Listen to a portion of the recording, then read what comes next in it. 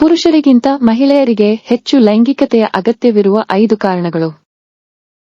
ಪುರುಷರಿಗಿಂತ ಮಹಿಳೆಯರಿಗೆ ಹೆಚ್ಚಿನ ಲೈಂಗಿಕತೆಯ ಅವಶ್ಯಕತೆ ಏಕೆ? ನಮ್ಮಂತಹ ದೇಶದಲ್ಲಿ ದುರದೃಷ್ಟವಶಾತ್ ಮಹಿಳೆಯರನ್ನು ಕೆಲವರು ದಮನಿತ ಲಿಂಗವೆಂದು ಪರಿಗಣಿಸುತ್ತಾರೆ. ಕಚೇರಿ ಮತ್ತು ಮನೆಯ ವಿಷಯದಲ್ಲಿ ಮಾತ್ರವಲ್ಲ, ಲೈಂಗಿಕತೆಯ ವಿಷಯದಲ್ಲೂ ಸಹ.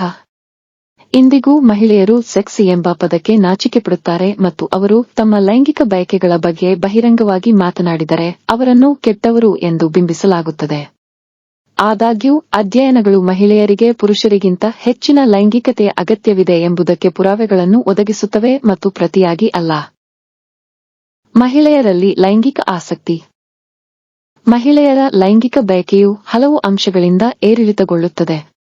ಹಾರ್ಮೋನುಗಳ ಬದಲಾವಣೆಗಳಿಂದ ಹಿಡಿದು ಗರ್ಭಧಾರಣೆಯವರೆಗೆ ಮತ್ತು ದೀರ್ಘಕಾಲದ ಕಾಯಿಲೆಗಳವರೆಗೆ ಮಹಿಳೆಯರ ಕಾಮಾಸಕ್ತಿ ಮತ್ತು ಅವರು ಲೈಂಗಿಕ ಬಯಕೆಗಳಿಗೆ ಹೇಗೆ ಪ್ರತಿಕ್ರಿಯಿಸುತ್ತಾರೆ ಎಂಬುದನ್ನು ಬಹಳಷ್ಟು ಅಂಶಗಳು ವ್ಯಾಖ್ಯಾನಿಸಬಹುದು. ಮಹಿಳೆಯರ ಲೈಂಗಿಕ ಬಯಕೆಯು ಸಾಮಾಜಿಕ ಮತ್ತು ಸಾಂಸ್ಕೃತಿಕ ಸಂಗತಿಗಳಿಂದ ಪ್ರಭಾವಿತವಾಗಿರುತ್ತದೆ ಮತ್ತು ಅಧ್ಯಯನಗಳು ಪುರುಷರಿಗಿಂತ ಮಹಿಳೆಯರ ಲೈಂಗಿಕ ವರ್ತನೆಗಳು, ಅಭ್ಯಾಸಗಳು ಮತ್ತು ಬಯಕೆಗಳು ಅವರ ಪರಿಸರದಿಂದ ಹೆಚ್ಚು ಪ್ರಭಾವಿತವಾಗಿವೆ ಎಂಬುದನ್ನು ತೋರಿಸಿವೆ. ಆದರೆ ಮಹಿಳೆಯರಿಗೆ ಪುರುಷರಿಗಿಂತ ಹೆಚ್ಚಿನ ಲೈಂಗಿಕತೆಯ ಅವಶ್ಯಕತೆ ಇದೆ ಎಂಬುದನ್ನು ಅನೇಕ ವಿಷಯಗಳು ನಿರ್ಧರಿಸಬಹುದು. ಲೈಂಗಿಕ ಆಕರ್ಷಣೆ.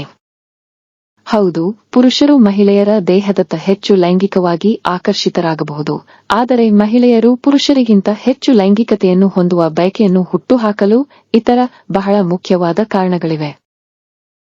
ಮಹಿಳೆಯರು ಬಹು ಪರಾಕಾಷ್ಠೆಗಳನ್ನು ಹೊಂದಲು ಸಮರ್ಥರಾಗಿದ್ದಾರೆ. ಮಹಿಳೆಯರು ಬಹು ಸಂಭೋಗೋದ್ರೇಕದ ಸಾಮರ್ಥ್ಯ ಹೊಂದಿದ್ದಾರೆ. ಹೌದು, ಅವರ ಪ್ರತಿರೂಪಗಳಿಗಿಂತ ಭಿನ್ನವಾಗಿ ಮಹಿಳೆಯರು ಬಹು ಸಂಭೋಗೋದ್ರೇಕದ ಸಾಮರ್ಥ್ಯ ಹೊಂದಿದ್ದಾರೆ. ಒಂದೇ ಸೆಷನ್ನಲ್ಲಿ ಪುರುಷನಿಗೆ ಇದನ್ನು ಮಾಡುವುದು ಕಷ್ಟಕರವಾಗಬಹುದು, ಆದರೆ ಮಹಿಳೆಯರು ತಮ್ಮ ಸಂಗಾತಿಗಳ ಕಡೆಗೆ ಲೈಂಗಿಕವಾಗಿ ಹೆಚ್ಚು ಒಲವು ತೋರುತ್ತಾರೆ. 2. ಮಹಿಳೆಯರು ಆಯ್ಕೆಗಳಿಗೆ ಹೆಚ್ಚು ಮುಕ್ತರು. ಆಯ್ಕೆಗಳಿಗೆ ಹೆಚ್ಚು ಮುಕ್ತ. ಪುರುಷರಿಗಿಂತ ಭಿನ್ನವಾಗಿ ಮಹಿಳೆಯರು ಆಯ್ಕೆಗಳಿಗೆ ಹೆಚ್ಚು ಮುಕ್ತರು. ಒಂದು ಅಧ್ಯಯನದ ಪ್ರಕಾರ ಪುರುಷ ಲೈಂಗಿಕತೆ, ಪುರುಷ-ಮಹಿಳೆ ಲೈಂಗಿಕತೆ ಮತ್ತು ಮಹಿಳೆ ಲೈಂಗಿಕತೆಯನ್ನು ತೋರಿಸಿದ ಪುರುಷರನ್ನು ನಂತರದ 2 ಲೈಂಗಿಕತೆ ಹೆಚ್ಚು ಪ್ರಚೋದಿಸಿತು ಮತ್ತು ಮೊದಲನೆಯದರಿಂದ ಹೆಚ್ಚು ಪ್ರಚೋದಿಸಲ್ಪಟ್ಟಿಲ್ಲ. ಆದಾಗ್ಯೂ ಮಹಿಳೆಯರಿಗೆ ಮೇಲಿನ ಎಲ್ಲವನ್ನೂ ತೋರಿಸಿದಾಗ ಅವರು ಅವರೆಲ್ಲರಿಂದಲೂ ಪ್ರಚೋದಿಸಲ್ಪಟ್ಟರು. ಮಹಿಳೆಯರು ಯಾರಿಂದ ಪ್ರಚೋದಿಸಲ್ಪಡುತ್ತಾರೆ ಎಂಬುದನ್ನು ಆಯ್ಕೆ ಮಾಡುವ ಬದಲು ಪ್ರಚೋದಿಸಲ್ಪಡುವ ಹೆಚ್ಚಿನ ಶಕ್ತಿಯನ್ನು ಹೊಂದಿರುತ್ತಾರೆ. 3. ಸ್ಪರ್ಶಿಸುವುದು, ಮಾತನಾಡುವುದು ಮತ್ತು ನಂತರ ಲೈಂಗಿಕತೆ. ಸ್ಪರ್ಶಿಸುವುದು, ಮಾತನಾಡುವುದು ಮತ್ತು ನಂತರ ಲೈಂಗಿಕತೆ. ಮಹಿಳೆಯರು ಮೊದಲು ಸಂಪರ್ಕವನ್ನು ರೂಪಿಸಿಕೊಳ್ಳುತ್ತಾರೆ ಮತ್ತು ನಂತರ ಲೈಂಗಿಕತೆಯಲ್ಲಿ ತೊಡಗುತ್ತಾರೆ ಮತ್ತು ಪ್ರತಿಯಾಗಿ ಅಲ್ಲ. ಮತ್ತೊಂದೆಡೆ ಪುರುಷರು ಲೈಂಗಿಕತೆಯ ನಂತರ ತಮ್ಮ ಸಂಗಾತಿಯೊಂದಿಗೆ ಸಂಪರ್ಕವನ್ನು ರೂಪಿಸಿಕೊಳ್ಳುವ ಸಾಧ್ಯತೆ ಹೆಚ್ಚು. ಆದಾಗ್ಯೂ ಮಹಿಳೆಯರು ಈ ಕ್ಷೇತ್ರದಲ್ಲಿ ಜಾಗರೂಕರಾಗಿರುವುದು ಉತ್ತಮ. ಅವರಿಗೆ ಇದು ಸ್ಪರ್ಶಿಸುವುದು, ಮಾತನಾಡುವುದರೊಂದಿಗೆ ಪ್ರಾರಂಭವಾಗುತ್ತದೆ ಮತ್ತು ನಂತರ ಲೈಂಗಿಕತೆಗೆ ಕಾರಣವಾಗುತ್ತದೆ. ಮತ್ತು ಮಹಿಳೆಯರು ಆ ಅಂತಿಮ ಹಂತವನ್ನು ಸಾಧಿಸಿದ ನಂತರ ಅವರು ಹೆಚ್ಚಾಗಿ ಉದ್ರೇಕಗೊಳ್ಳುವ ಸಾಧ್ಯತೆ ಹೆಚ್ಚು. 4. ಮಧ್ಯವಯಸ್ಸಿನ ಸಮಸ್ಯೆಗಳು. ಮಧ್ಯವಯಸ್ಸಿನ ಸಮಸ್ಯೆಗಳು.